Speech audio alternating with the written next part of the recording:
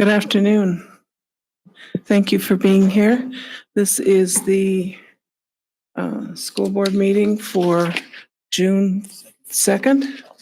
God, how did that happen?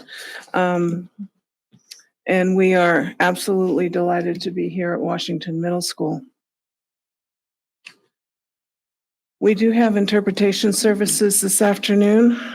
We offer Spanish interpretation services from Jorge with Language Connection. If you need translation assistance in person, please check with Jorge for a device. Good afternoon. Jorge Villaseñor, Language Connection. Si alguien necesita de la ayuda de un intérprete, tengo los radios disponibles para eso. Gracias. Thank you, Jorge. If you wish to make a public comment, there are two options available for you during this meeting. The first option is for commenting on agenda items only, and the second option, which comes toward the end of the meeting, is for all other topics. In order to speak this afternoon, you will need to sign two forms, the sign-in form and the guidelines form, and they're in the back, right? We provide live streaming for this meeting. The link can be found on our webpage under Board of Directors or by going directly to www.ysd7.org/board-meetings. If you're interested in watching past meetings, you can find them on our webpage's YSD YouTube channel. Barb, could you take the roll, please? Director Rice. Present. Director Navarro Jr. Present. Director Walker. Present. President Beckett and Vice President Villanueva are excused. Thank you. Due to an absence of board and cabinet members, I'd like to ask the board to adjust our agenda by moving section E, policy governance, to the next board meeting. This will be a tabling of this particular section. The next school board meeting will be on June 17, 2025. Do I have a motion to adjust the agenda as stated? So moved. Second. We have a motion and a second. Is there any discussion? All those in favor say aye. Aye. Aye. Now we have a couple of students here to lead us in the Pledge of Allegiance. Can we have our Washington students come up, please? May you all please stand and join us for the Pledge of Allegiance. Ready? Begin. I pledge allegiance to the flag of the United States of America and to the republic for which it stands, one nation, under God, indivisible, with liberty and justice Thank for you. all. You may all be seated. Thank you very much. Would you like to come and introduce yourself for us? Hello, I'm Samuel Dominguez, and I am the Washington Middle School ASB president. Samuel, thank you very much for leading us.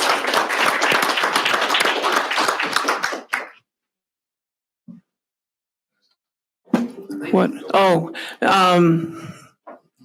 we have also students who are going to share with us the character word of the month. My name is Michelle Flores, and I am the ASB Vice President. June's character word of the month is fair, ensuring equal treatment, opportunities, and justice for all individuals. Hi, my name is Lexi Mercado, and I am an ASB student. Nuestra palabra carácter para junio es justo, asegurando un trato igualitario, oportunidades y justicia para todas las personas. Thank you very much. Now I'm going to embarrass you the same way I did Samuel. Would you like to come up and introduce yourselves, please? We did. They did. Oh, you did? Yeah. I'm sorry. Yeah. Please. Since you missed it, let's hear. My name is Michelle Flores, and I am the ASB Vice President. Thank you, Michelle. My name is Lexi Mercado, and I am a Washington student that is a part of ASP. Thank you very much. Thank you guys for hanging out with us after school. Now we have the land acknowledgement. Today, the schools of the Yakima School District rest on the ancestral lands of the 14 confederated tribes and bands of the Yakima Nation. Hoy las escuelas del Distrito Escolar de Yakima descansan en las tierras ancestrales de las 14 tribus y bandas confederadas de la nación Yakima. The people of the Yakima Nation inhabited more than 12 million acres. La gente de la nación Yakima habitó más de 10 billones de acres. Across Adams, Benton, Chelan, Douglas, Franklin, Grant, Kittitas, Klickitat, and Yakima counties. En los condados de Adams, Benton, Chelan, Douglas, Grant, Franklin, Kittitas, Klickitat, y Yakima. Today we honor those native peoples who are tied to the land through history, legends, and culture. Hoy honramos a estos pueblos originales que están vinculados en la tierra a través de historias, leyendas y culturas. We acknowledge the descendants who live in the world today. Reconocemos a sus descendientes que viven en el mundo de hoy. We thank the caretakers of this land who have lived here and continue to live here since time immemorial. Agradezcamos a los guardianes de la tierra, quienes han vivido aquí y continúan viviendo aquí, desde tiempos inmemoriales. An acknowledgement is a simple, powerful way to show respect. Un reconocimiento es una manera simple y poderosa de mostrar respeto. And a step toward correcting the stories and practices that erase indigenous peoples' history and culture. Y un paso hacia la corrección de las historias y prácticas que borran la historia y la cultura de los pueblos indígenas. It also honors the truth. También honra la verdad. As a school district, we will continue to build upon our relations with the Yakima Nation. Como distrito escolar, continuaremos fortaleciendo nuestras relaciones con la nación Yakima. Thank you, students. Next, we have a moment of silence for a couple of our former YSD family, Vicki Natledge and Bobby Arnett. Could you please join me in a moment of silence?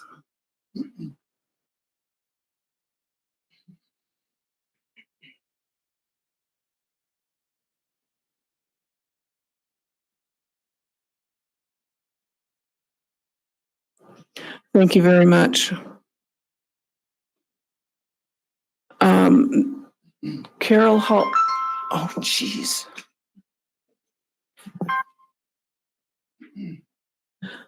My apologies. I thought I had turned this off.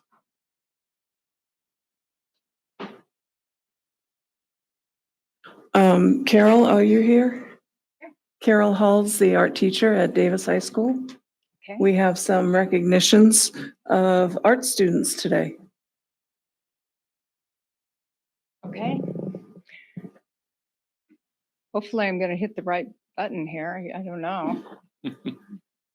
Okay, so Juliana could not be here, but Juliana Sutton, she's a senior, and they've got something, she's really into jazz band and drama, and had something going, so she told me today she wasn't going to be able to be here. But this is her piece, Surprise. You can see she pixelated the cake over in the corner. She has some kind of scary things coming on. I'm like, okay, Juliana, I do not want that birthday cake. But anyway, but she's got a self-portrait. She did a self-portrait of her face there. So that is her digging into that cake. And Burisma, she was gone from school today, so I'm assuming she's sick. But this is her little niece, and she was really excited to do that. So she had to do equal time, do one of her nephew too. So she did this in pencil, and the background is in pastel.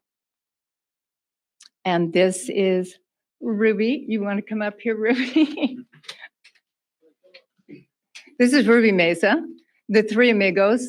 So this, are these all your dogs or your brothers? Yeah, Or your brothers. or her brother's dogs. And she said she just captured them like they wanted their picture taken. So you don't get them all looking at the camera at the same time, I'm sure. So anything you want to add? Is that it?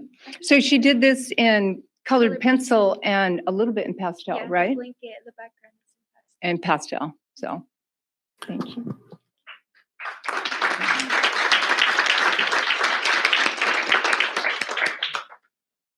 And this is Jackie Orlano. And this piece is, the original is in Washington, D.C. right now. And it will go, it will stay there for a year in the Capitol in Washington, D.C.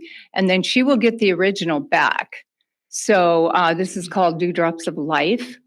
So she told me I think this captured her thoughts in beginning art. We did some water drops, and so she did a beautiful job. So Jackie, oh, she's up here. There she. You got to stand up, and we can.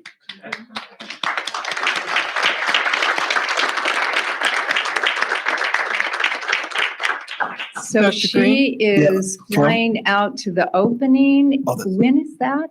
The opening in DC?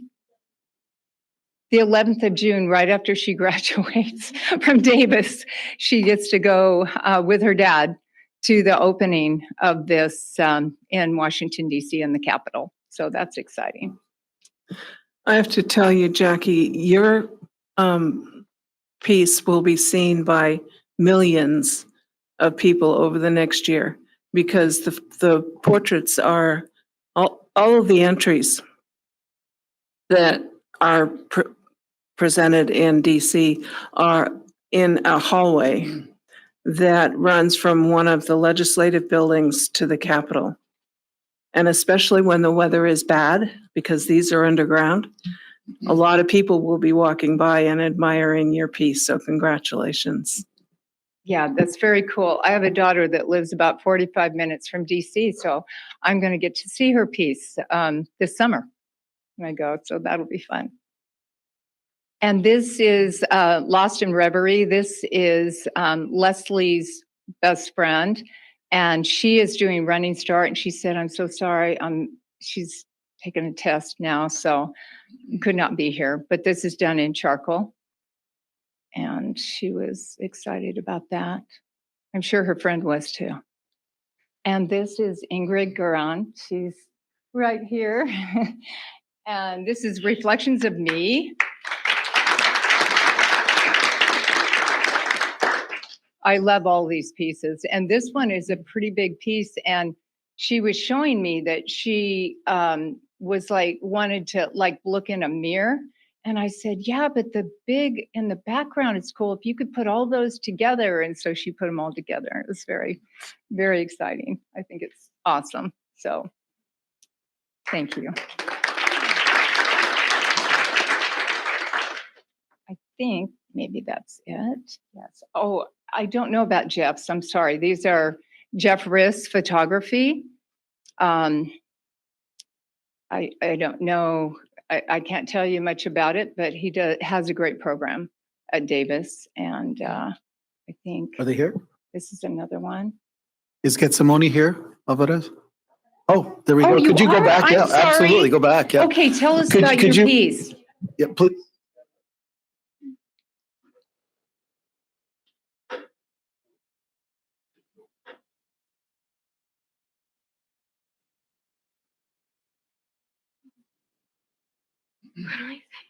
Oh, just kind of what it's about. Oh, it's a picture I took in Idaho from one of our vacations, and it was in the morning, and it was just a picture of a place we went to at a hot spring, and I took the picture when I saw there was fog. That was pretty much it. Beautiful. Thank you. Okay. Sorry, I almost missed you there. And so is this person here?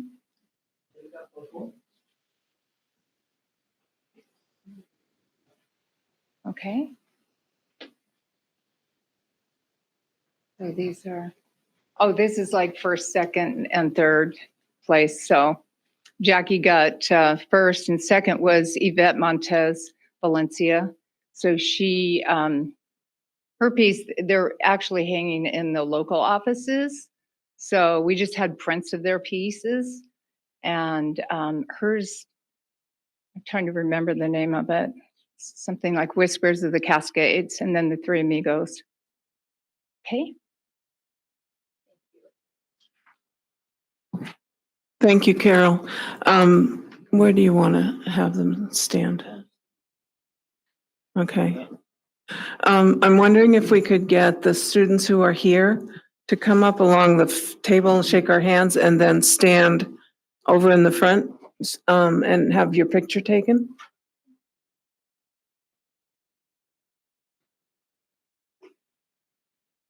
There we go. It's the punishment for being here.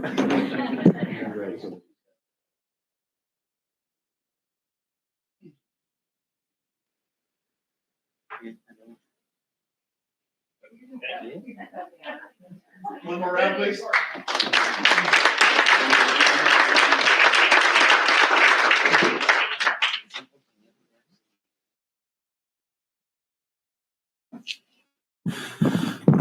Martha, I do have a question, if I may, regarding that. Sure, go ahead. So I just wanted, well, actually a comment. I saw that some students were offered scholarships to Central Washington University arts and design arts and design programs, which is, I thought it was very outstanding. So I wanted to just congratulate, felicidades a los padres por sus esfuerzos, apoyo a sus hijos. Yo sé que tienen mucho orgullo de poder apoyarlos a ellos y ellos van a estudiar arte en el colegio. And so I just wanted to congratulate the parents for the support and all the hard work. It takes a hard work to reach this and to go on to college to study art. So muchas felicidades a ustedes. Thank you, Raymond. Thank you, Director Navarro. I just would also like to just make a comment. Quiero reconocer a la maestra porque sin ella, sin el apoyo de la familia primero, pero la maestra no estarán en este lugar y es una gran maestra y gracias a Dios la tenemos aquí en este distrito escolar. Carol, just want to acknowledge the hard work that you put forth on behalf of our students, the great opportunities that you provide through your tutelage for your, the extra support that you provide. And it's always manifest in what we see every year. You constantly come back with winner after winner, and it's by no accident. So it's wonderful to have the best art teacher in the entire region of Central Washington. So without a doubt. So thank you for your service.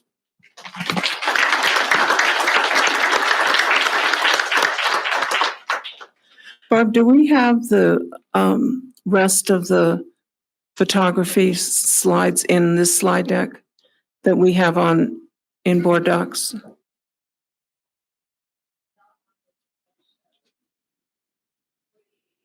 Well, I think it'd be nice if we could just show the rest of the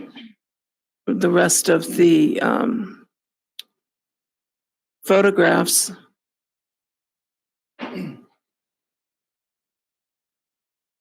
Because we have them in our slide decks in board docs.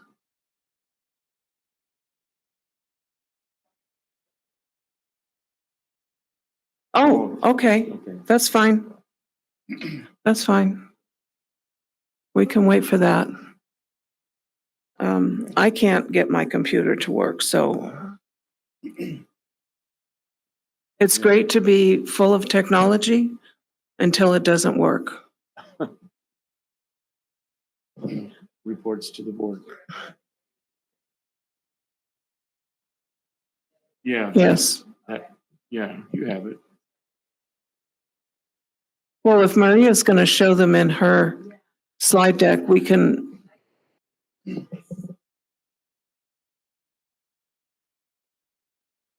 Continue right now or Okay.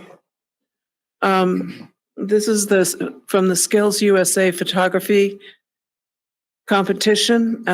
This is a competition that students who are at the skill centers, our skill center and others around the state compete in the Skills USA competitions. There are a lot of them. This one is in photography.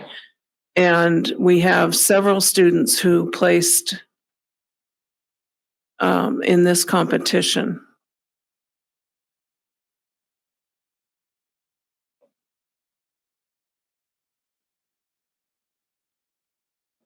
We don't have anyone from the Skills Center here, do we? No? Okay. Well, we'll just scroll through them and enjoy.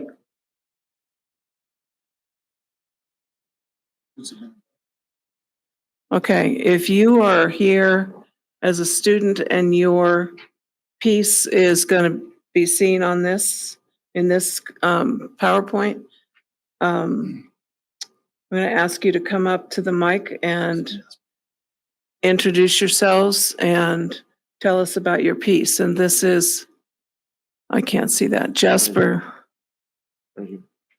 What? Jasper Fullerton.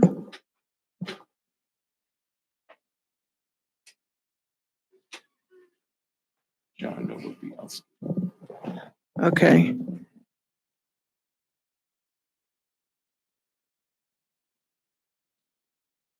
Well, Sean Novobilski.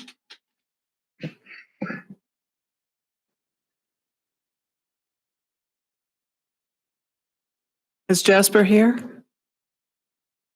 Is Sean here? Copper Schwayan. Copper Schwayan? Are you Copper? Yeah. Okay, can you tell us about your piece? Yeah, so I took this one actually in the front yard of my house. We grow sunflowers everywhere each year and they just always make me so happy. So when I took this photo, I kind of just fell in love with everything about it. It made me very happy, so. Thank you, Copper. I love sunflowers. It's beautiful. It's a beautiful photo. Yeah. You want to come up, stand by your photo and we'll take a picture? Yes. She has the next photo Yeah, as well. I think there's another one too. Oh, perfect. That's also hers. Yeah, so I took this one up at the elk feeding station this winter. How close were you to that elk? Not close at all. Okay. I had to use a bigger lens, but I just loved how I captured the horns, the everything, the mouth open, just everything about this image. These animals are very beautiful, one of my favorites, so. Yeah. So you want to come and shake our hands and. Nicely done. Quite an eye. That's her name. Do we have Yatsiri Badillo Gomez here today?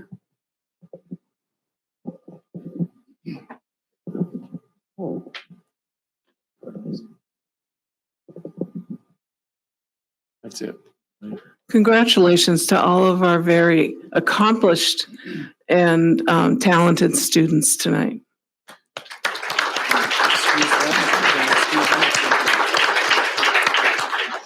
You all are welcome to stay for the meeting if you'd like to, but if you have other things that are calling to you and demanding your attention this afternoon, you're more than welcome to take your leave. We're going to pause for a couple of minutes and allow you to do that if you'd like to.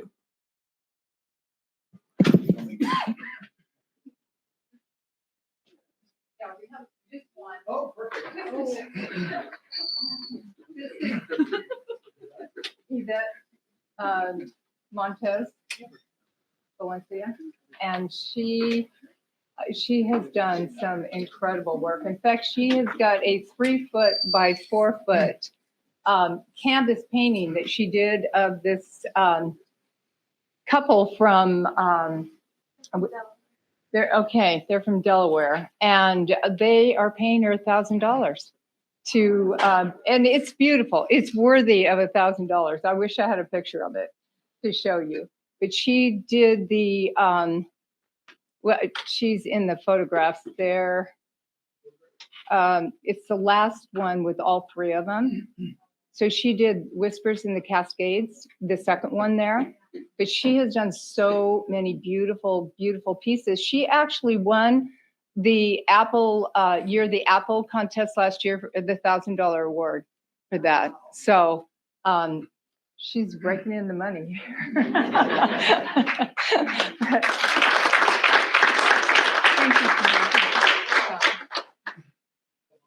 Oh, yeah.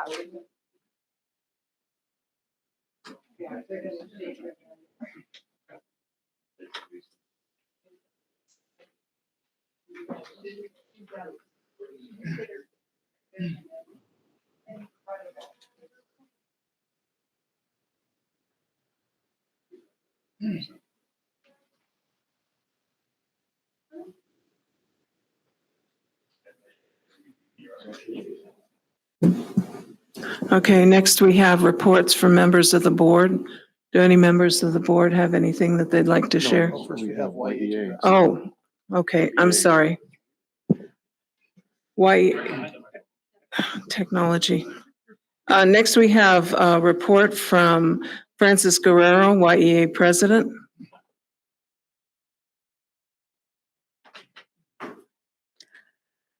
Sorry, it's a little low.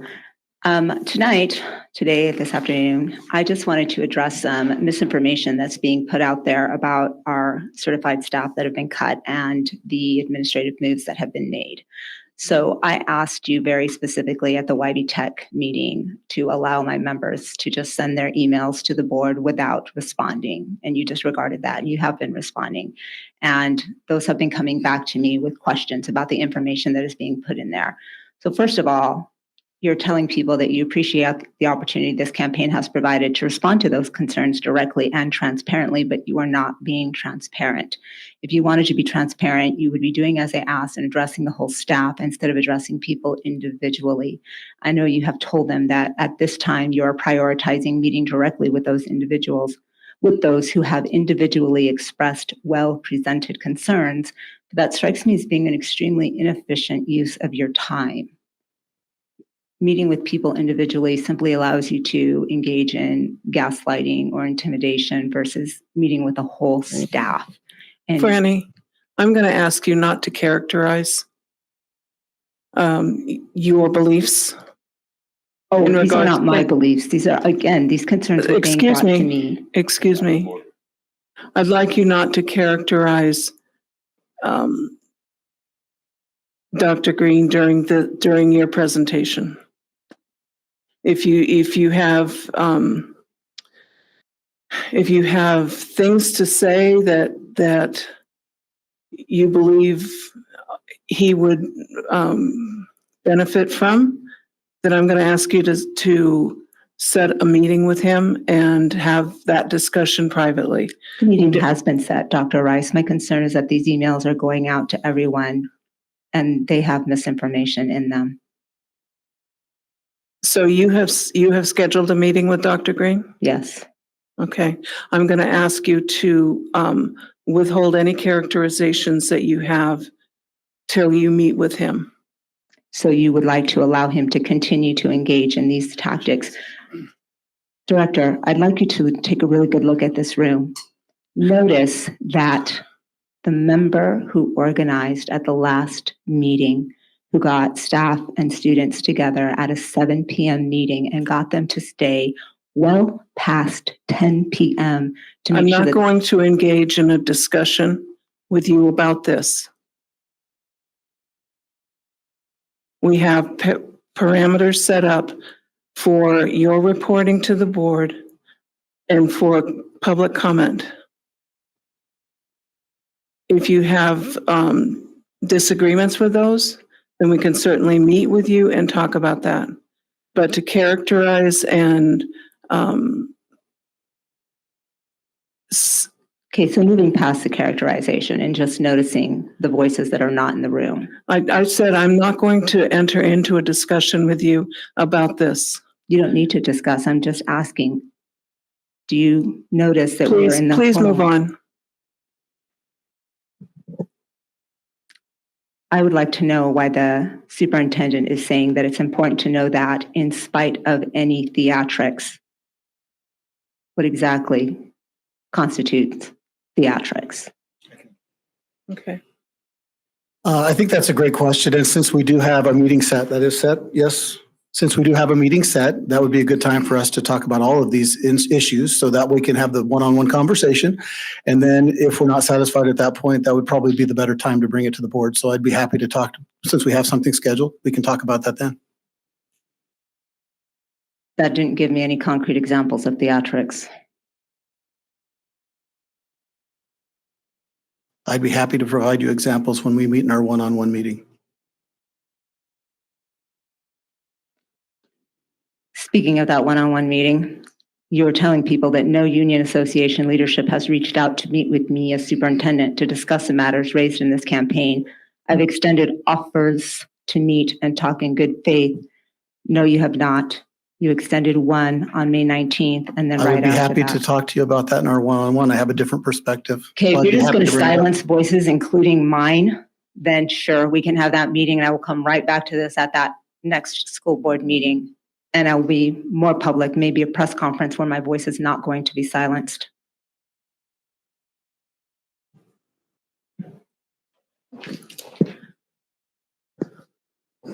Okay. Go ahead. No, go ahead. Go ahead. Okay, since we had some people come to the mic the last meeting, and typically we don't respond, especially when there is information that has not been discussed previously.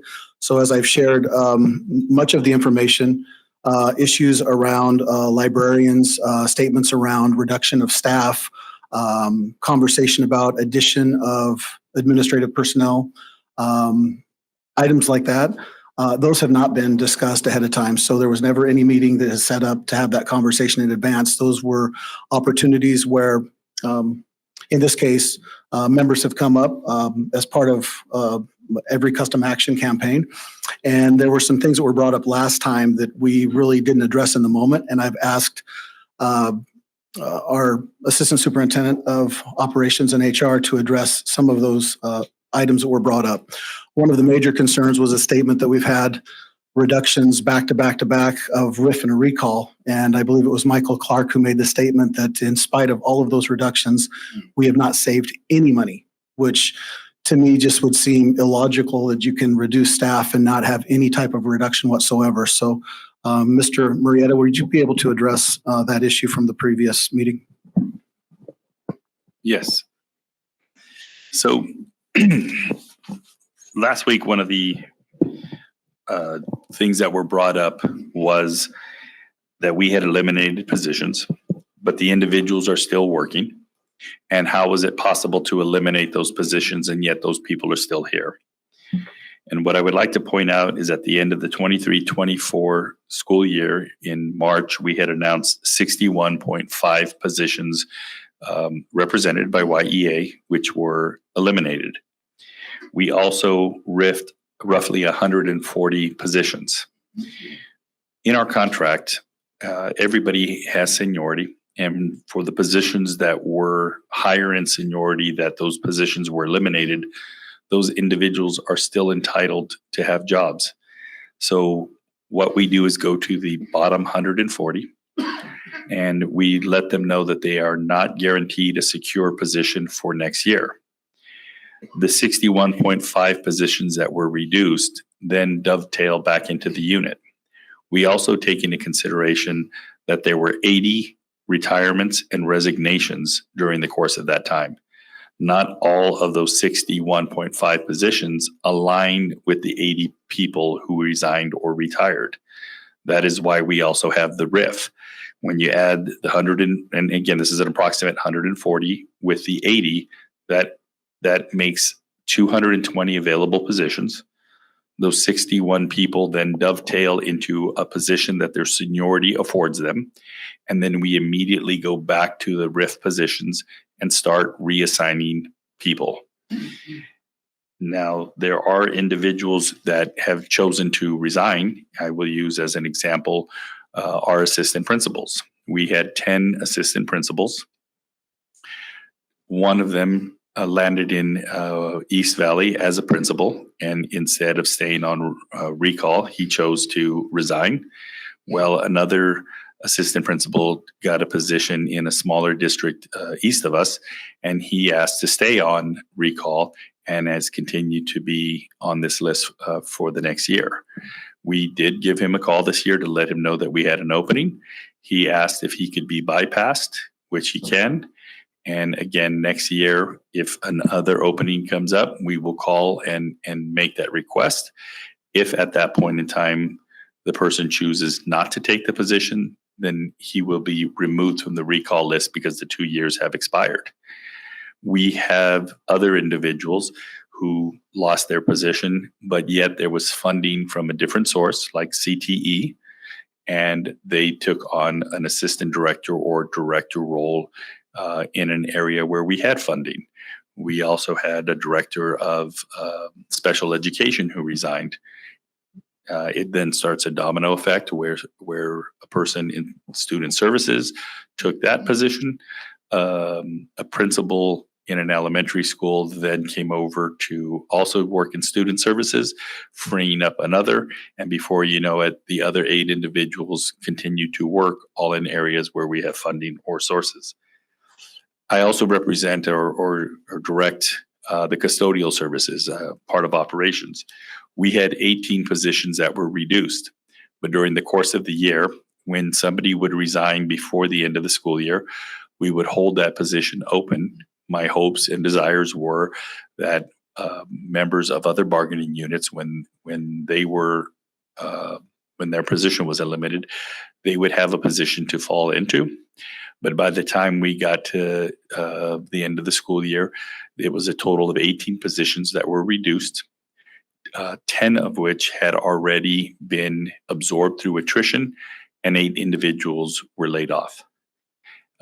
As other openings took place, either somebody promotes to another unit or resigns, we then recall, and within 3 months, every one of our members had been offered a position. So what I could very safely say is that during the course of 2 layoffs, everybody has been offered a position. We had 16 of those individuals resign altogether and just say, no, thank you, we don't want to come back, while others chose to either take their former job or take a position in another unit. One of our supervisors, who originally was laid off, 3 months later accepted a position in the YEOP bargaining unit. And so as of right now, there have been a total of over $20 million saved by reductions, although we have made every effort to maintain every employee that we can. So if anybody would like to have greater detail or the actual positions where the person moved to, I'm more than happy to present that, but because those are individual names of employees, I'm not going to present it in a public meeting. If you have any questions or concerns, by all means, I'm available. But I would like to make it very clear that I believe that statement was false, and this is the explanation in detail of how that came out to $20 million worth of savings. Thank you, Anthony. Next, we have reports from members of the board. Any board members? No, school presentations. You know, I should not rely on my memory. Okay. Bill Hilton is here. I know I've seen him. Bill, do you want to come up to the microphone and do your school presentation for us? This is a highlight for the board to be able to visit a school and learn about what's going on at the school, what's new since we were here last, because it's been a while. It takes about three years or a little bit more to visit all of our schools, and the floor is yours. Well, thank you. Welcome, board and superintendents. Bill Hilton, principal here at Washington Middle School. Just so you know, the best middle school in town with the best staff, the best students, and of course, I don't know about the best principal now. We are awesome, and I hope that you see some of that from today. Hopefully your board docs, you did see that we had a 26 slide presentation, because last time we presented, we got to present whatever we wanted. They made me knock it down to 5. So in order to save you an hour of us going through, we're going to knock it down to 10, 15 minutes so you can get out of here. But hopefully you'll get to go on a tour as well. So here we go. See if I can work this right. I'm not going to read our entire mission, but it's up there. But I'm going to just break it down into pride in self, school, and community. We really push that for our students. And to get there, we really look at a multi-tier system of supports, supporting our kids going through, really looking at some strategic data so we know where each kid is and how to get them along to work to meet our mission statement. And again, we're very proud of our motto of being positive, responsible, inclusive, determined, and engaged. If you'll notice, we are now the Lions. I think last time you were here, I think we were still the Colonials. So we did that whole community movement and the pride of Washington, hence Lions. So I do want to point out the Washington School Improvement Framework, or WITS of scores. Every school gets these on a 3-year trend. And if you'll notice, it's broken out into, and I can't read that far, but it's all students. If you look, the trend from its 2021 to 23, 24, you'll notice that it's all going in an upward trend. All students, to put it in perspective, the year before that, all the lines were below the line. There were kind of some negatives. But if you notice, the last 3 years, we've really done a lot of work on improving students. And it's not just scores. It's actually the SBA, which is the state assessments. We actually look at the LL, SPED, and the growth coefficient. So in other words, how are students growing, not just how are they achieving, and really looking at the attendance overall. So they put all that together and actually get a score. And I just want to point it out, all students, where they were 3 years ago to where they were last year. If you look at our ELL population, that one's on the end. Poverty is up there as well. You guys have it on your board docs, because I cannot see that far. I guess I should have brought my computer. Thank you. You'll look at I'm just going to take this down. I got a mic now, look out. Our Hispanic population, just our Hispanic population here in the building is 96%. So we are a predominantly Hispanic building, which I think most buildings are. I think we are the highest. But you look, that is on an upward trend of 1.85 to a 2.7. I mean, they're making some really good growth. Their kids are working very hard. Our students are really buying into what we're doing here and actually are growing. They went from very, very red, and the lighter the color gets up, the better that they're doing. Our white population, which is lower, but they have made some huge growth in the last 3 years. Our ELL population, we do have a 55% ELL population here. So we have 430 that take the WIDA, which is the Washington test that they take to get out. You'll notice that there was a dip. I do want to point this out a little bit. So we were up. Last year, we took 96 newcomers. So a newcomer is somebody that's just came into the United States since less than a year. And some of those transition, that year piece is really wonky. So if they actually came in May, they actually get to take the SBA in May as well. So we had a lot that were just at that transition. So it dipped a little bit. Looking at our WIDA scores this year that we're just seeing, we're looking at that to come back up. We've done some tweaking because we really look at our data and actually do data cycles to inquiry cycles. What are we doing? Is it working? If it's not working, we change it, we get it better. So we expect that to come back up, and look at the data at the end of the year, that will be coming back up. Our low income, we're at 97% free and reduced. Again, one of the highest in the middle schools. But you notice that is also on the upward swing. I do want to point out our students with disability on the end, because this is piece that we've really tried to wrap our heads around. We do believe in inclusive building. All of our SPED students are in an at-grade level math, reading, social studies, all the contents. We noticed that they were struggling, as you see, even the flat line. So we tried an inclusion model this year that actually pushes teacher in. It's not a co-teach model, but it's a support model where there's 2 teachers in a classroom. And we're really excited about where that's going to go once we get some more training this summer. There's some plans in place. And again, it's about looking at data, making changes, not doing the same old to get the same thing, to always look at trying to improve. And that is really the point that we're going to push out for the next year. The YA union has helped us out. The SPED department has really helped us doing visits at other middle schools across the state, over on the west side and the east side in Spokane. So we're really excited about some of the changes that you're going to be seeing and we're going to be doing as a building. Again, I got 10 minutes, so Mr. Mifflin's going to go over this one and then you'll get me back. All right, we kind of structured this as 2 highlights for the building. So if you can go to the next slide. Our second highlight is our behavior data. So that's our historical data for the last multiple years. So you can see the first one up there. That is actually my first year as a teacher. That was before Mr. Hilton got moved over to this school or took this job when he was at Franklin. I can't see our numbers from here, but we were at 2,490 referrals and 611 suspensions. That was in 12-13. And if you watch that data, it's just a steady decline. So over the last 9 or 10 years, we have gone from 2,500 referrals to we are currently on track to end at around 1,100, cut that more than in half, and have gone from 611 exclusions. We're on track to be at 100 to 120 this year.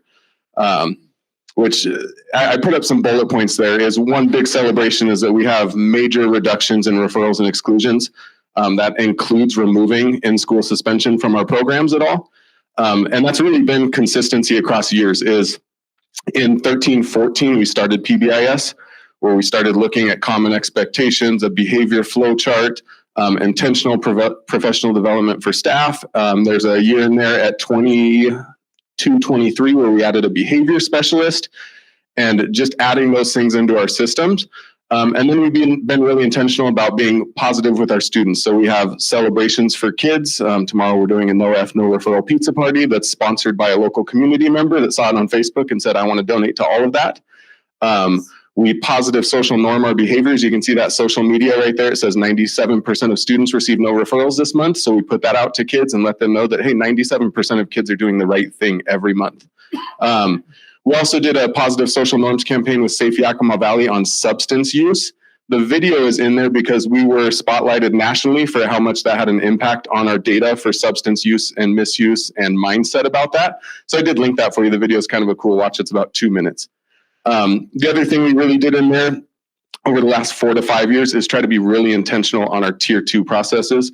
So those first 5 or 6 years, we're really getting down just those general behaviors. And over the last 3, 4, 5 years, we've been really intentional about how do we help those students that are still struggling. So that is our second highlight. I'm going to pass back here. You'll come back though. All right. So when I talked about really looking at being strategic in our data, we look at all of our data and we come up with 3 goals this year. I'm going to actually talk about goal 1. And that's reducing the achievement gap. We actually have an achievement gap between our ELLs and our non-ELLs, and we're really being intentional about trying to close that. All of our personal goals and building goals are around that. And here's some of the key initiatives that we're doing that with. And number 1 is instructional core practices. So we actually identified 7 practices that we do building wide.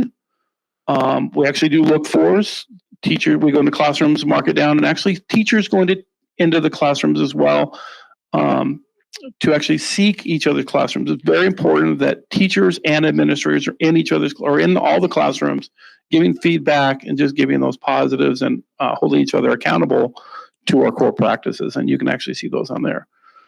Content action plans. So at the beginning of the year, we have our 3 goals. We actually have each content break their plans down on what they're specifically going to do and agree to do in each other's classrooms. So all math classrooms look pretty close to the same.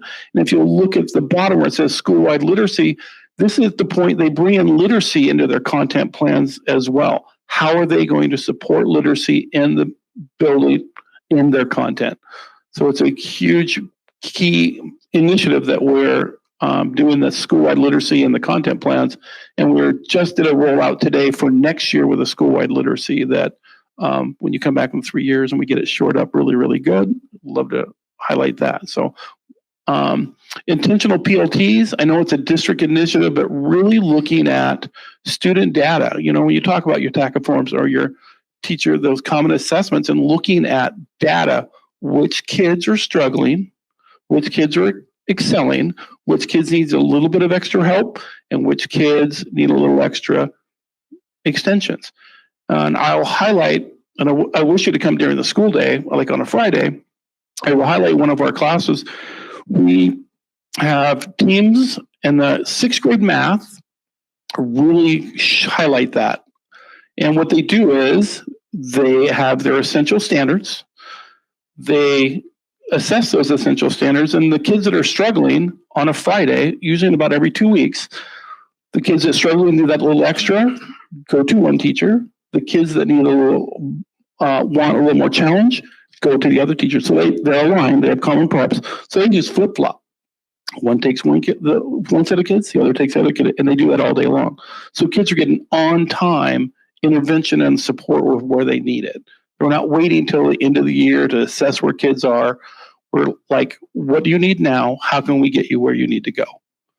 And we're hopefully excited about seeing what our scores are going to be doing this year. They're just now coming out, and traditionally, Washington's been on the lower end of the middle schools. I think we're making some headways comparing to the other middle schools.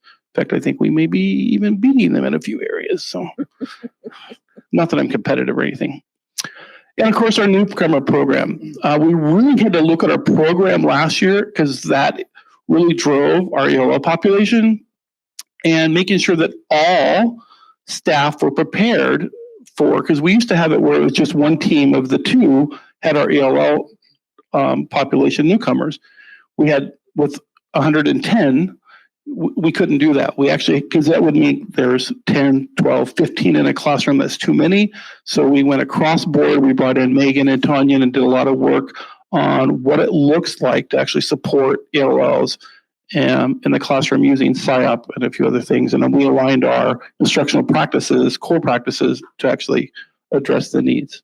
So, Nick. All right. Our second goal in school improvement plan is just around reducing risk factors. One way we measure that is through taking the social emotional screener. So we do base a goal around that about reducing students' social, emotional, or academic risks. And then our 3 key initiatives are up there. So PBIS Tier 1, our positive behavior interventions and supports. We really wanted to be intentional, data-driven. We have meetings that look at data 2 times a week. We want to make sure we push out celebrations and rewards to kids and intentional PD targeting high discipline months to help our staff prepare for that and be intentional about how we work with students. Tier 2, we really wanted to make sure that we had multiple data points for a Tier 2 referral, that we were using research-based interventions. Some of those are listed up there, and there's some examples of like how we track students. And then adding that behavior specialist in, really just trying to be intentional and using our data that we have. Our third initiative there was our advisory and social emotional learning. We have a daily advisory class where those students loop for 3 years with the teacher to build a relationship. We have a teacher team that creates lessons with weekly student voice circles that just help to build community. So every Thursday you could walk into an advisory class and should see students in a circle talking about questions posed to them with the teacher and sharing. They also do academic progress monitoring, goal setting, career planning, things like that. As an update, we do have some data on this. So one of those is that right now our goal was to reduce by 10%. We reduced our number of students that are at risk by 3%, but for the first 2 years, we didn't reduce that at all. So we were pretty happy to see that needle move.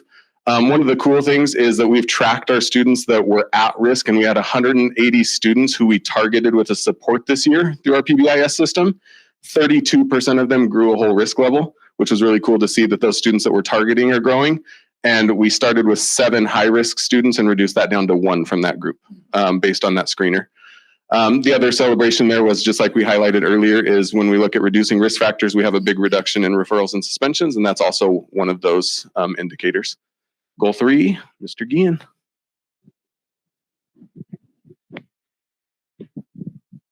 All right, so our third goal is to deal with attendance. So one of the things we did at the beginning of the year was we have an attendance flow chart that all staff members have.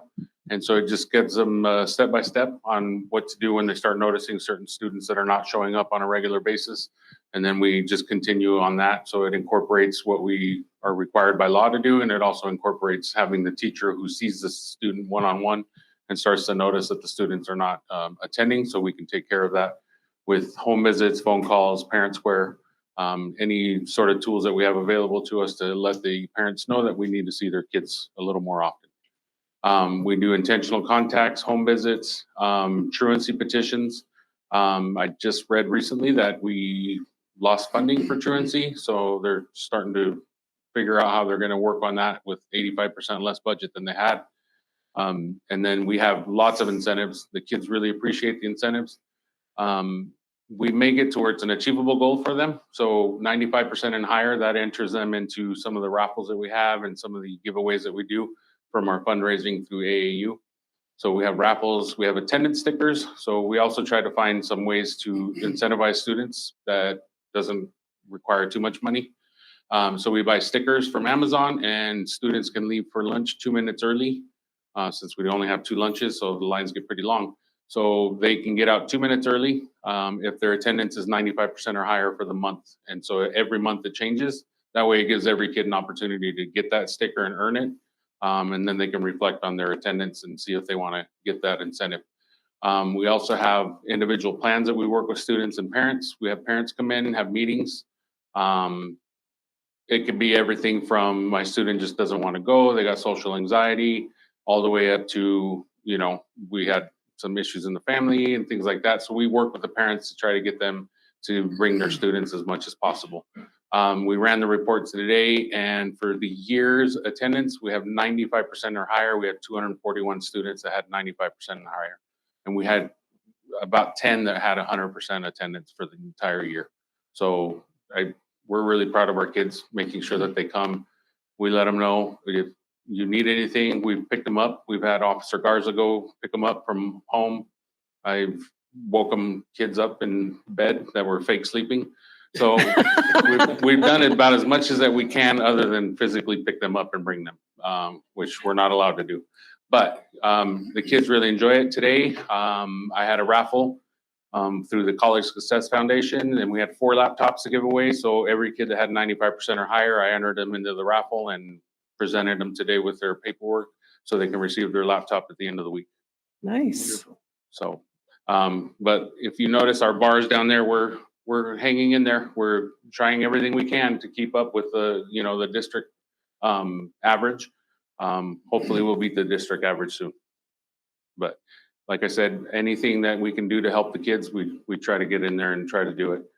So our attendance is, I would say, in the right direction. You know, just to piggyback on the attendance a little bit. Attendance, and of course, you know, high need schools go hand in hand. We have 75 McKinney-Vento students. The closest other middle school to us has 30. Poverty is high. If you look in your slides, I actually put a counseling slide to actually put out how many safety plans, how many kids are actually having some high mental needs. Overcoming that, and as a building between our counselors, behavior specialists, and the assistants, and myself, and just the amazing staff that we have, to making sure kids feel welcomed at school and important and want to be here. That is a huge piece on trying to keep that incentive, because if we didn't have these things in place, our attendance would be a lot lower.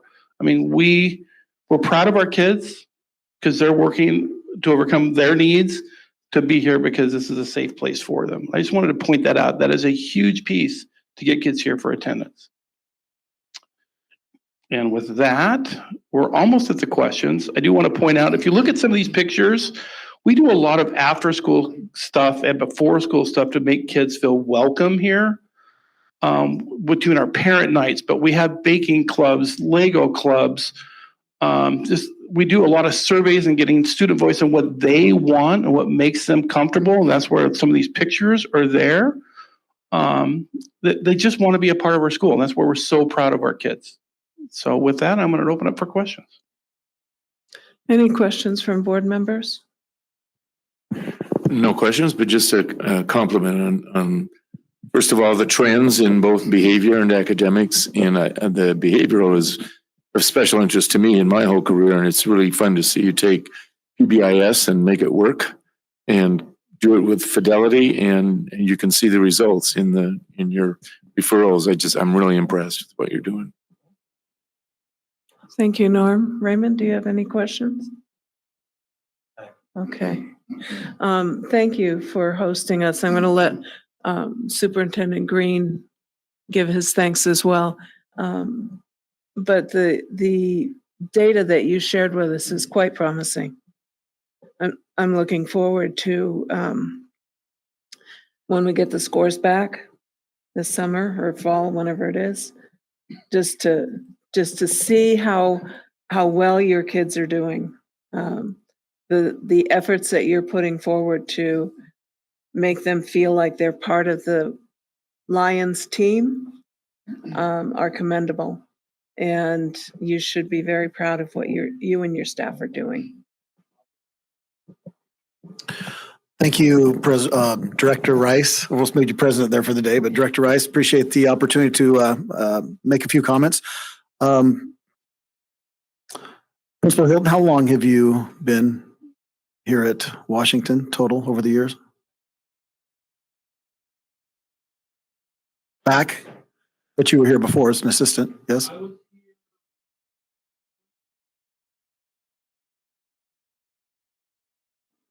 I think I was here 26 years ago as an assistant. Yeah, quite a bit of time. So I just want to acknowledge how wonderful it is, the leadership that you display with your team in bringing the two gentlemen behind you, yourself, but also recognizing the importance of staff and the leadership that we have with our staff overall throughout the entire building in every facet. So you truly recognize that we don't do this alone, and it's not simply the leadership team. It's leaders are everywhere, and you've continued to build that up over the years. I'll simply add that the reason I know that you were here as an assistant before is because a long, long time ago, I was able to spend most of my internship under your leadership. So I personally want to take the opportunity to thank you as a veteran teacher entering into the field of administrative education or leadership, having you as a mentor for more than a few weeks during my last year teaching and before moving into administration. So I appreciate the ongoing love and accountability and staying power that you've shown in being here at Washington and then coming back and dedicating so much of your career to supporting our community and our students in this area. Thank you. Lions rock. Lions roar. I hear you come roaring back. Tour? How long do we have for the tour? 15 minutes. Okay.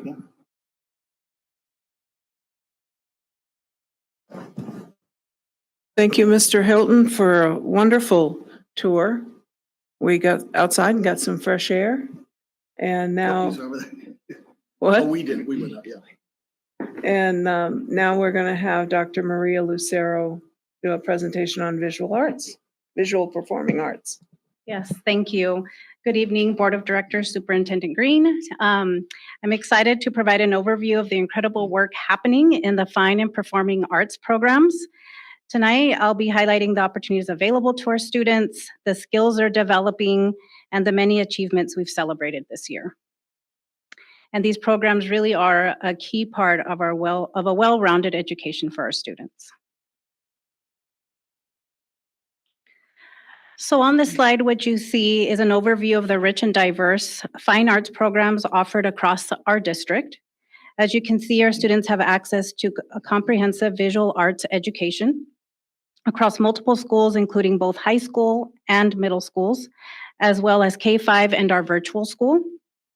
We offer a wide variety of courses ranging from traditional and advanced art to graphic design, film production, and music production. Many of these are supported by student organizations like Skills USA and TSA, giving students hands-on, career-aligned experiences.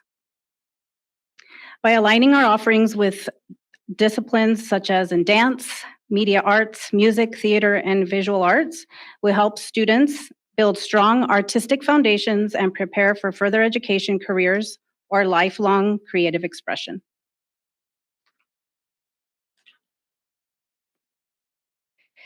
So here what you see, and it's a little light, but there are certain images that are highlighted with a yellow border.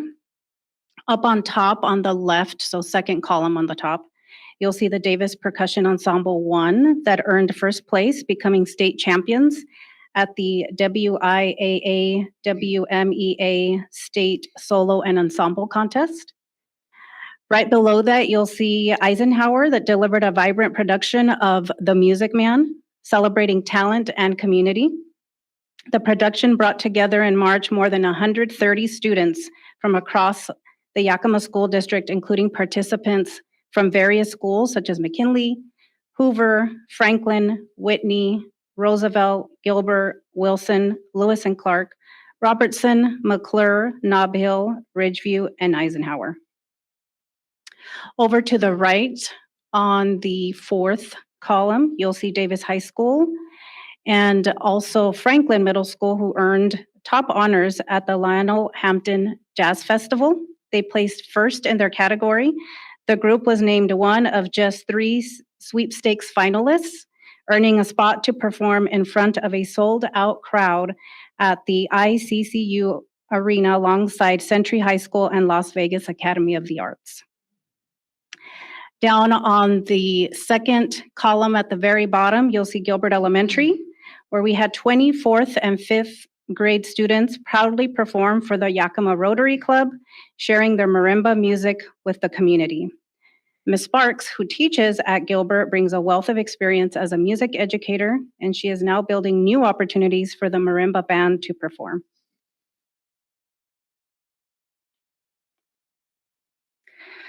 Here we're going over our performing arts programs, which are thriving across our district. Schools like Eisenhower, Davis, Franklin, Lewis and Clark, Washington, Wilson, and our elementary schools offer music, choir, and drama opportunities.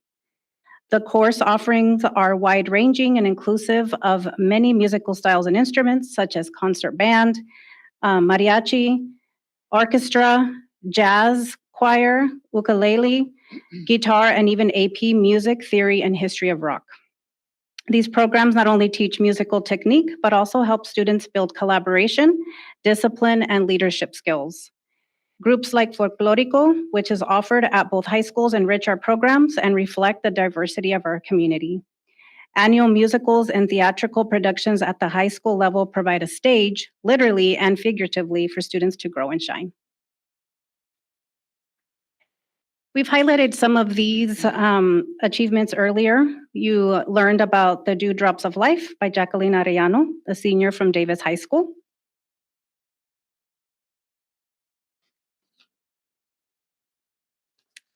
And here on this slide, what you'll see and what I'd like to share is that in K-5 music, students perform 2 to 3 times a year, incorporating singing, choreography, and instrumental work. Middle and high school music and choir students perform multiple times annually, often 3 to 5 times, and participate in competitions at the local, regional, and state levels. High school drama students present 2 to 3 major performances per year, including musicals and collaborative productions with music and choir departments. Altogether, we serve over 7,500 students in performing arts programs across the district. This demonstrates both high interest and participation in these valuable offerings. And again, some of our celebrations that we see here celebrate the outstanding accomplishments of our fine and performing arts students this year. These recognitions are a testament to the talent, hard work, and dedication of our students and educators across the district. Keeping it short and sweet. Any questions? Any questions for Dr. Lucero?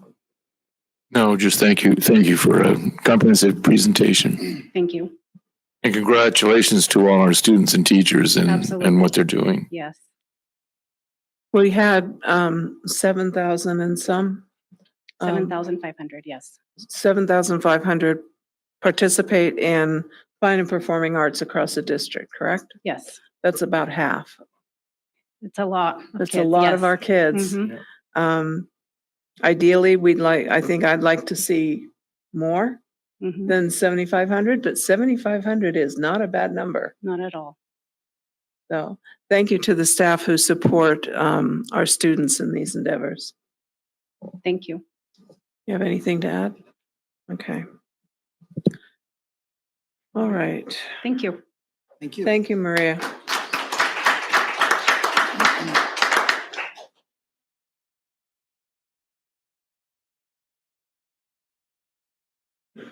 Okay. Next on our agenda are reports from members of the board. Any board members have reports to share? Okay. Next is the superintendent's update. Thank you. I'll try to keep things short here. I just want to take a few moments. One, to acknowledge that we've had several recognitions over the last few weeks. Calling out last night or yesterday afternoon, we had the Black Elegance in conjunction with the NAACP and also supported by OIC and Anthony Peterson as the executive director there. And Adrian Gardner is the president currently of NAACP. The event was well attended. We did have board representation at that event. I'm going to mention too many things to probably, if I start doing that, I'll lose a couple. But I will just share that we do have tomorrow a celebration.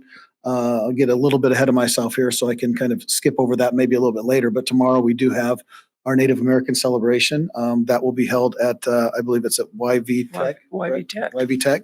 And so we're looking forward to that. Every year, the district is also able to engage in tribal consultation. So that means that we have a number of Native American students. Currently, we're at 488 in our district. That does require then collaboration with the nation, and that would be the Yakima Nation. So we look forward on Wednesday afternoon to speaking with Tribal Council and sharing the outcomes, everything from graduation rates to achievement outcomes of our Native American students, encompassing all of the tribes, not just the Yakima Nation. We do kind of coordinate all of that as one outcome at that time. So that's something to just be aware of, that's right on the cusp of sharing out that opportunity with the nation, our neighbors to the south.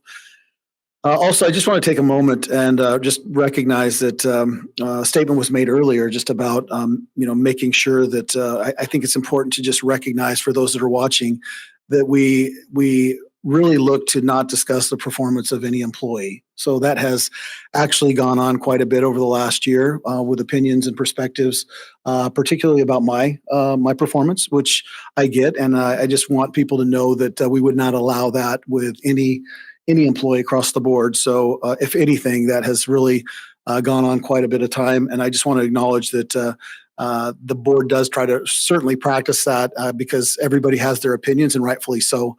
But we never want to impose those upon anybody in a public setting, whether teacher, paraeducator, bus driver, assistant superintendent, or superintendent. And certainly recognizing that our school board does extend themselves as representatives of the community being voted in, and understanding everything that is happening. I also do want the public to know that I do meet with our board members on a regular basis. So as part of the process of being a superintendent and working with the board, we meet in a setting like this in public, but there are meetings that take place, whether it be weekly or monthly or even every quarterly throughout the year. It just depends on the preference of the board member. So those do take place. So I think that that's important for the general public to recognize that the knowledge that you acquire is not simply in this meeting, but there's preparation that goes in advance on top of the homework that is part of what you do to prepare every week. And then just extending, I think it also merits just being shared out there that it is It is important to know that one of the beliefs that I have as superintendent is that when you reach out and you have a question or a concern, so if there is an email that comes forward, if the board has asked a question, and I do respond, that those responses do include the board. So those are not simply omitting the board from any communication. So they see all of the communications that do go out, even the ones that unfortunately I make a mistake on and have to go back and correct, which does happen from occasion to occasion. So that is something to just recognize that when an email does come forth, if you don't see the response or you don't see the inclusion of the board, do know that they are receiving that, and you're welcome to forward those responses as you wish anyway. So none of that is done in isolation. We're very open and transparent, especially when communicating with the public. But I will always respond unless directed not to. I think the other important thing to share, just in the current interest of what was shared earlier, is that when the board does receive information from the public, and I'll just kind of give an example. That's what's happened recently. There's an every action custom click and send campaign. So that makes it very easy for any member, whether you're local in our area, whether you live in Pierce County, whether you're up in Ellensburg. It goes to, in some cases, it may go out to all unions, may go out to one union, may go outside of the area. And what typically happens is a statement is made, whether it's true or not, and it's made, and it just says, hey, if you want to alter this message, do so. If not, put your name in here and hit send, and it'll go to the school board. And so over the course of the last several weeks, the board does receive those individually. It comes from every single individual that clicks and sends. And I would say about 95% of those which the board has received are identical, just click and send. And unfortunately, in that campaign, 3 of the components recently, 2 have been what I would say misinformation. And when I do respond, I do call that out. And I certainly do extend an offer to meet with anybody that would like to meet. And it's not for the nefarious purposes that may have been suggested earlier. It's simply to open lines of communication and to really respect those people that are reaching out and clarify why things happen the way that they do. Just one case in point that I do want to share with you. I really wish that I could share the name of the individual, but out of respect for her, I will not. But you might remember 2 weeks ago, we had a student that came and spoke about Mr. Mifflin and the move from Mr. Mifflin that will now be going to Franklin, and how that is impacting this individual and how he has connected with her. And it was very heartwarming and moving, and it was good to see this individual advocate. It just so happened that the next day we did have a student senate meeting, and this individual, this 8th grader, was in a meeting with me and with our communications person and several other students. And we were able to take time and talk about why decisions happen the way that they do. And it was really special to be able to, in a private setting, apart from kind of an open air feeling here, that is televised at the same time and recorded, but to walk through and discuss all of the different intricacies of what weighs into looking at a district from a holistic perspective. So I'm very proud, as I said, of I look over there at Bill Hilton, and I see, Brenda Maloney, who runs our online K-8, and I see, other leaders in this building, and recognize that their love and outpouring and devotion and commitment is 100% in the building that they oversee, as it should be, in the staff that they oversee and the students that they connect with. And I wouldn't have it any other way. And just from the superintendent perspective, when you have 22 buildings, you have to look at things a little bit differently, and you consider much different angles as far as the greater good in many cases.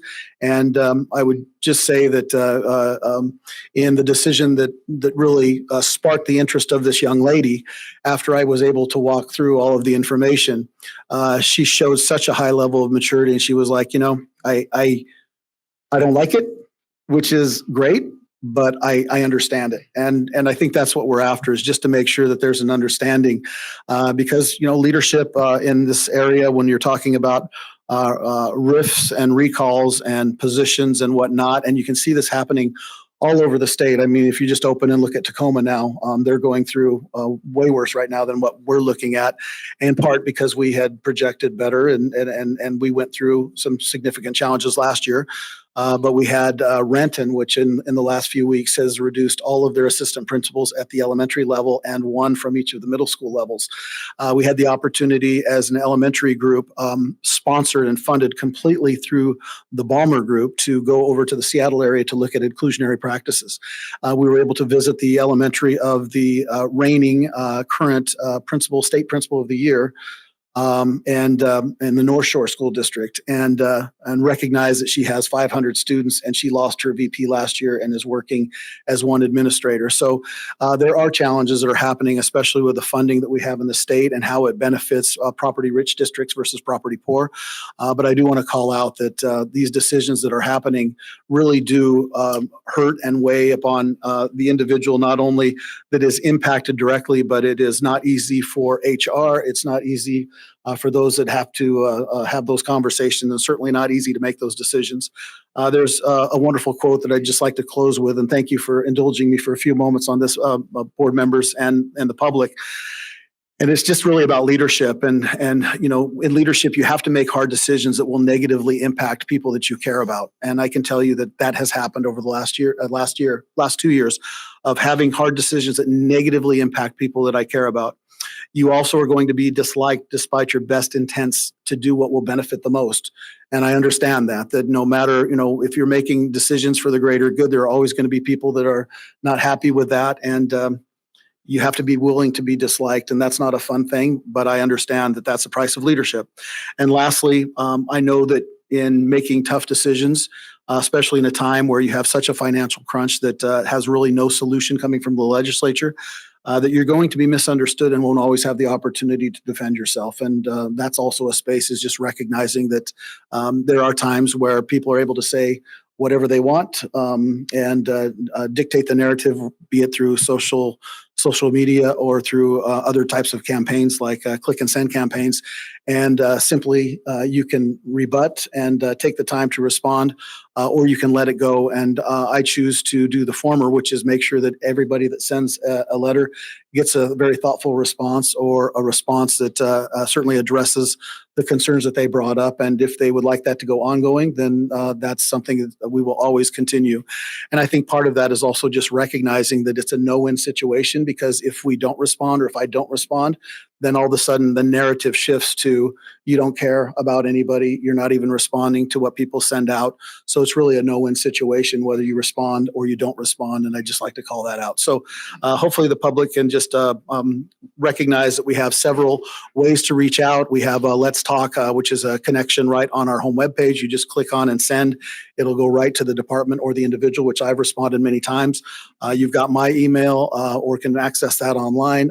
I'd be happy to follow up with, if any principal would like me to come to talk with their staff, that is certainly an option. I never want to circumvent a leader and impose myself upon a staff, because I know that when I was a staff member in a building, I didn't necessarily have a problem with certain things, and I don't want to be included in an all-staff meeting if I didn't have any issue. I would like that to be involving the people that are certainly concerned about that piece. So just calling that to the attention of the board, and I look forward to collaboratively meeting with any of our union leaders, and look forward to the opportunity to meet with our YEA president and see what we can do to clarify some of the disconnect that is either happening on one side or the other, and come back with a greater understanding of one another. So thank you. Thank you, Dr. Green. I hope that I want to follow up on your mention of celebrations. Over the past 3 weeks, the board has had representation at the Hispanic Academic Achievers Program, or HAP, that was well attended, and we recognized many of our Hispanic students who are graduating and received scholarships, and it was a wonderful celebration. That was on May 16th, and on May 19th was Honors Convocation at Eisenhower, which is always a wonderful event. On the 21st were CTE Awards, where we recognized all of the state winners for CTE program, career technical education programs within the district. And there were, 100 or better, I think, of those recognitions. And then on the 28th, we had a celebration for our migrant students, and that was at Davis High School. I had a wonderful presentation from Mr. Eddie, who is a fixture at Davis these days, and the kids really enjoy him. And then Sunday was Black Elegance recognition for our African American students. And as Dr. Green indicated, tomorrow night we've got Native American graduation celebrations for our Native American students. I know Kirsten isn't here for upcoming community engagement opportunities. You've got it there. Yes, I do. So just updating as to what's around the corner. I think you mentioned maybe a couple of these, but we have June 4th and 5th, Discovery Early Learning Field Day from 9 a.m. to 10:30. And also from 1:15 to 2:25. So if anybody would love to go see our littlest learners out there on the playgrounds and having their field day, there's no greater experience, I don't believe. We have the Davis High School Academic Excellence Award on June 4th in the auditorium at 6:30. Wilson Middle School Orchestra Choir, June 4th at 6:30 at Wilson Middle School. All of these are accessible online and also certainly on board docs.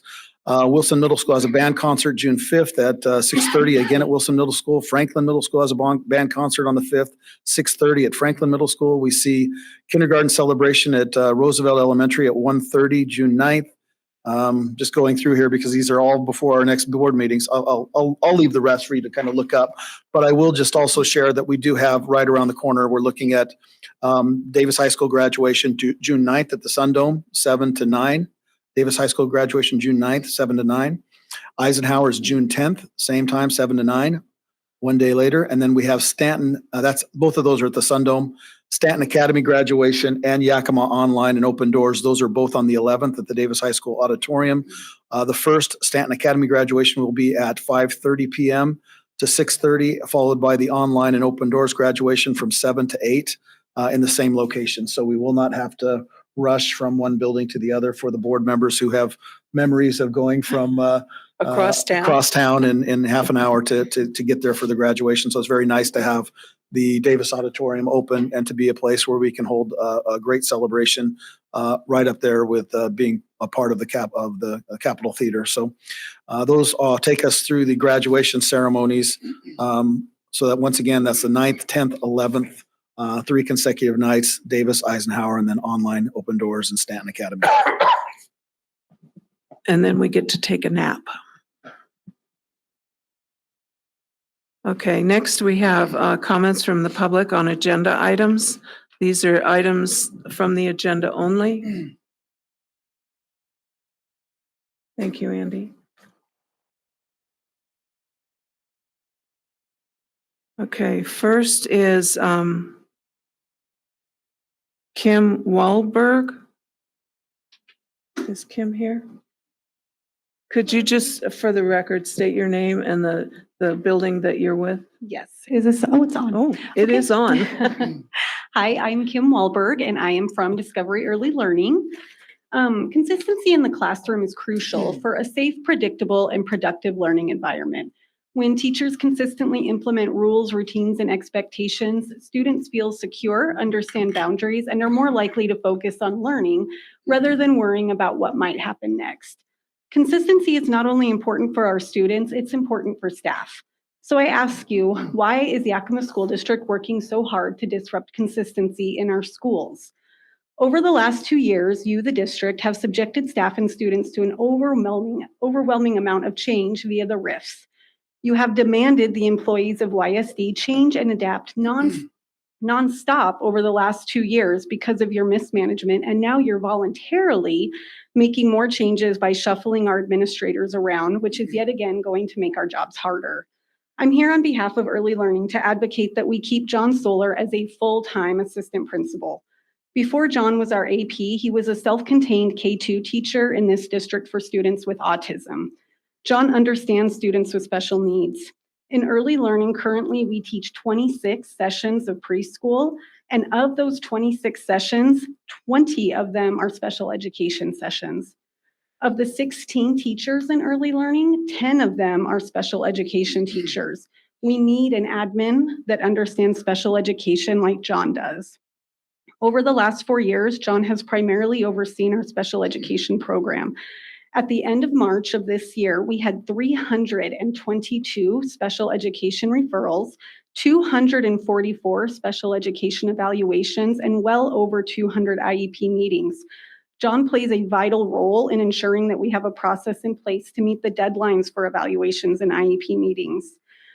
Not only is the district taking John from us, they're reducing our AP to a half-time position. It's a struggle to secure a district rep for our large number of IEP meetings now with 2 full-time admin, and it's now being reduced to a part-time. We heard Casey Mitchell, our special education director, speak just last board meeting, and he shared it's of utmost importance to hold IEP meetings on time. Meeting due dates, keeping families informed, and securing the revenue is going to be very difficult next year, not only with the loss of John, who helped coordinate this process, but also by reducing our availability of a district rep to a part-time AP. John Solar knows and understands special education. Our new AP, while she seems very nice, has little to no special education experience. John oversees pre-to-pre transitions, pre-to-kinder transitions, PLTs, program development for developmental preschool, special education evaluations, initial IEPs, and so much more. It's going to be impossible to fill his shoes with a part-time AP with no special education experience. So I urge you to let John Solar stay at Early Learning full-time, because this change is going to have a negative effect on our youngest, most vulnerable learners. Thank you. Thank you, Kim. Good luck with your field day. And Joan Kirk.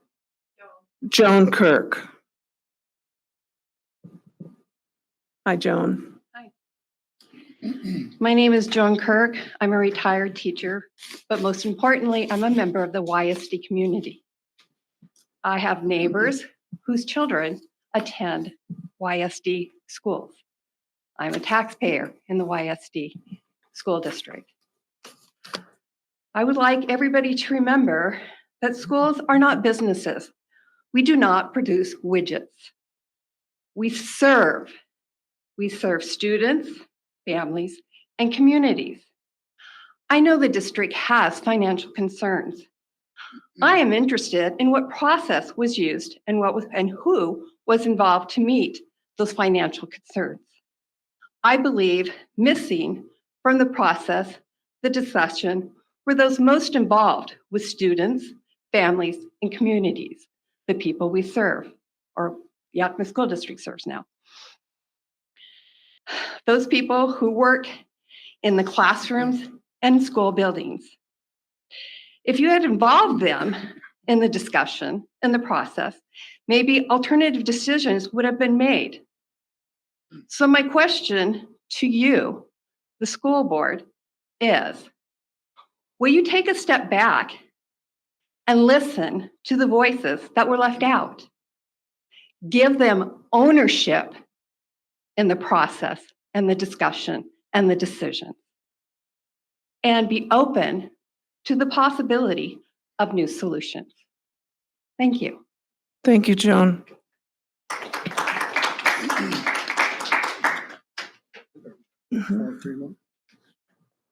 The others that are listed here appear to be non-agenda items. So we will hear from you in just a little bit because we don't have much left to go on the agenda.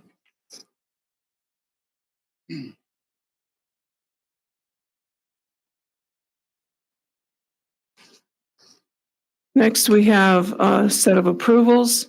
Approval for Superintendent Green to travel to American Association of School Administrators. The governing board meeting, Dr. Green. Yes, thank you. I think it's very important to go into detail on this request. So this is a approval for travel to the AASA governing board meeting, asking for approval to be in Washington, D.C. from July 7th through 10th, 2025. So the action is to approve the travel. To be very clear, the event is funded through AASA. So I was selected as a member of the governing body for the national organization. So it does then pay all expenses. I am requesting some flexibility. I do not want to come back to the board and make a request for funding. I have not traveled with this, and this is my first opportunity to go and do some advocacy on the behalf of our district, but then at the national level as well for the Superintendents Association and national funding. So what the request is, and I'll just read the fiscal impact. The event is funded through AASA, therefore the district is not expected to incur any travel expenses, hotel, flight, meals, and shuttles. The superintendent is requesting the flexibility to incur up to $500 in case the information is not accurate, as this is the first time attending the AASA advocacy event. There's no reason to say that that would happen, but it's one of those better safe than sorry, and asking you to then fund something after the fact, putting you in a less transparent situation. So again, it is a 100% expectation that this will be reimbursed entirely through the AASA. Again, it would be the July 7th through the 10th. And the governing board, just one other fact, and you can see you have this, the role and purpose, regional representation, why it matters to Yakima, and the value to the district is on the back of the form. But just calling out that the board is composed of 135 members across 7 geographical regions, including Region 1, which represents Washington State. So with that, the request is for approval to travel. Thank you, Dr. Green. We have a request to approve travel to the AASA governing board meeting. Do I hear a motion? So moved. It's been moved and seconded. Is there any discussion? Okay, could you call the roll, Barb, please? Director Walker, Aye. Director Navarro Jr., Director Rice. Aye. Motion passes 3-0. Okay. I believe next on our agenda is the second opportunity for comments from the public. So there are three folks listed here. Teresa Maldonado, you have a comment? Okay, could you come to the microphone, please?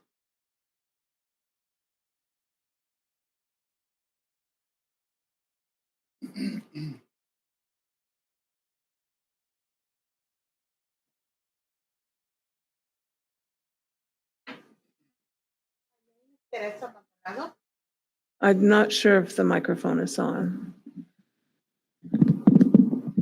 It's on. You may need to pull it down to you. There you go. My name is Teresa Maldonado.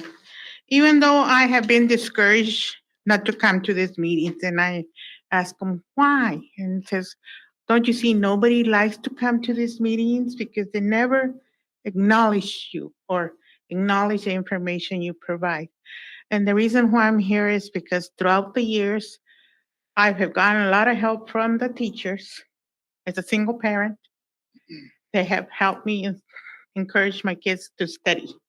So that's why it's so upsetting to find that a lot of teachers drive all the way from Allensburg to down here to work. And then they apply here at the Yakima School District, but I don't think they ever expected this to be done to them, to be ripped. And also I've gotten a lot of help with the librarians, so I don't understand why this is happening. You know, they are essential to the Yakima education, just like the teachers are. And like I say, I have gotten a lot of help from the teachers, and that's why, and I've been to different schools where my kids have been, and I've seen the staff that have worked well, And I don't understand why you are transferring them and when the community feels comfortable going to that school and see how they treat their kids there. And you are disrupting a lot. And like I've seen a lot of kids say, well, they took this teacher, our favorite teacher, and we have this one that doesn't even help at all. So I really don't understand why this process is going on, but I really would like for you to really get other people involved on how you come to this, because I've seen superintendent come in, superintendent go out. And like I said, I've been discouraged and says, don't go there because this information they've given me, but also at the meetings, I've talked to some of the teachers that said they only were working to the end of this year, but they weren't being called back to work. It affects me because, it's concerning because how are they going to provide for their families, especially the ones that have traveled from Allenstown all the way down here. So if you could please, before you make that another decision on the funding and everything, if you can get other people involved so you can really find another solution instead of doing this to the teachers and everything else. So that's my concern. And also do it for the teachers. Since you were a teacher, help teachers. And like I say, I've been involved in other committees. I was the one that was involved making sure that the uniforms that the students wear right now, I told them, make them wear the school colors, but make it affordable for the family. So I was thinking about the families and the students. So that's what you need to do. Do it for the teachers and for the students. Like I say, I've seen superintendents coming in and out, and the first thing they do, give themselves a raise. So sorry. Thank you, Teresa.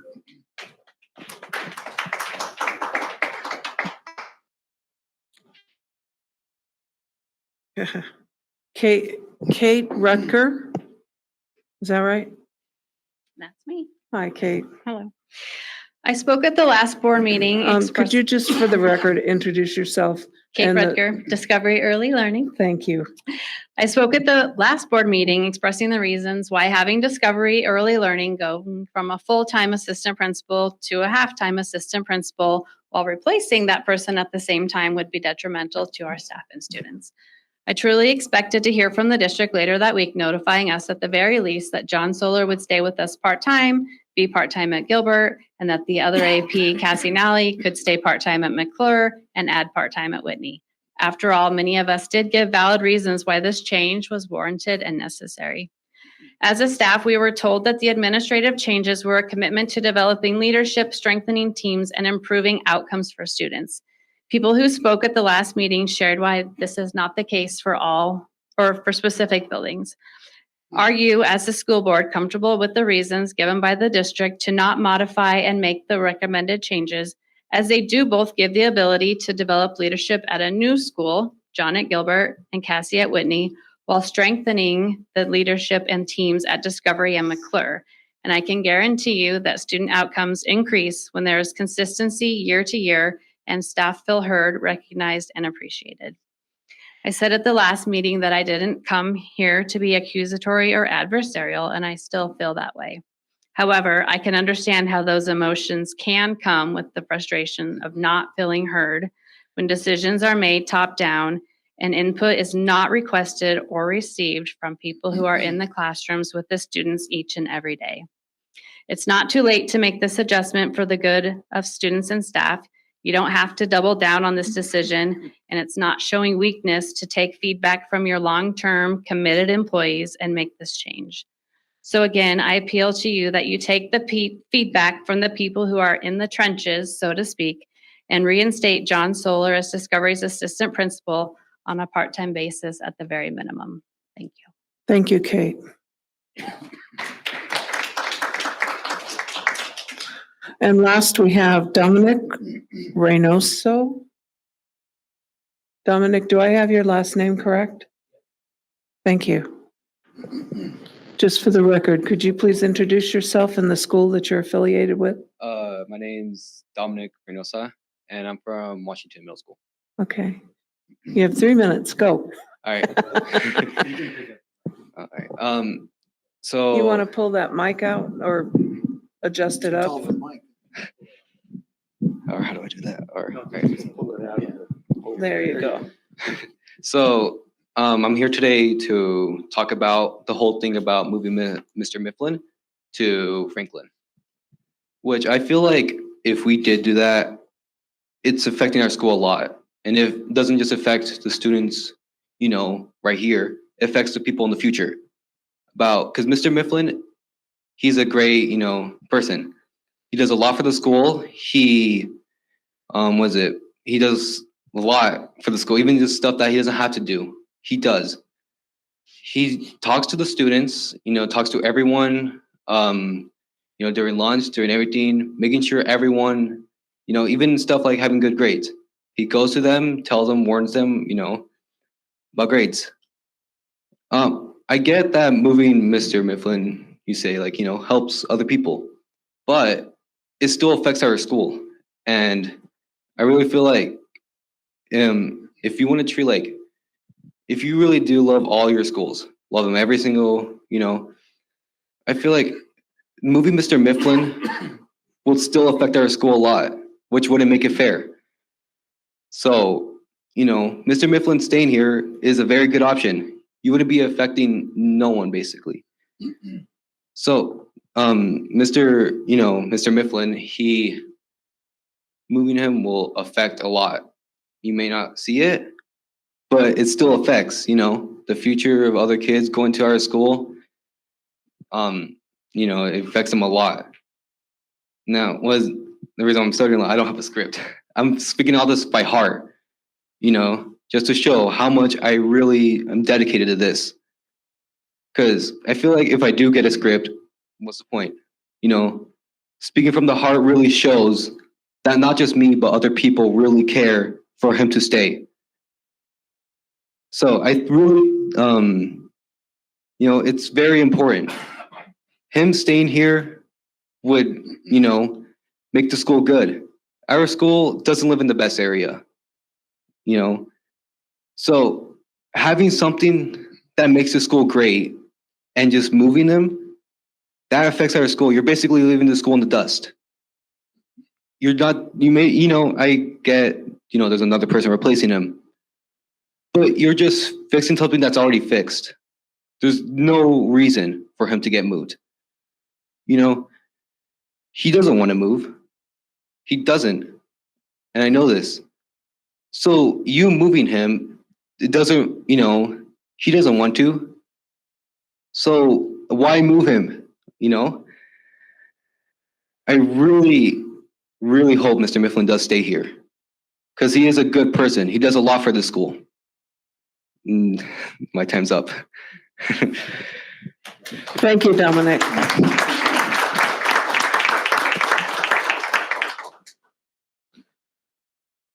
Okay, do we have anything else for the good of the order or an executive session? No. Okay. Then hearing that, we are adjourned. Thank you, everyone, for coming today. We look forward to seeing you at future board meetings.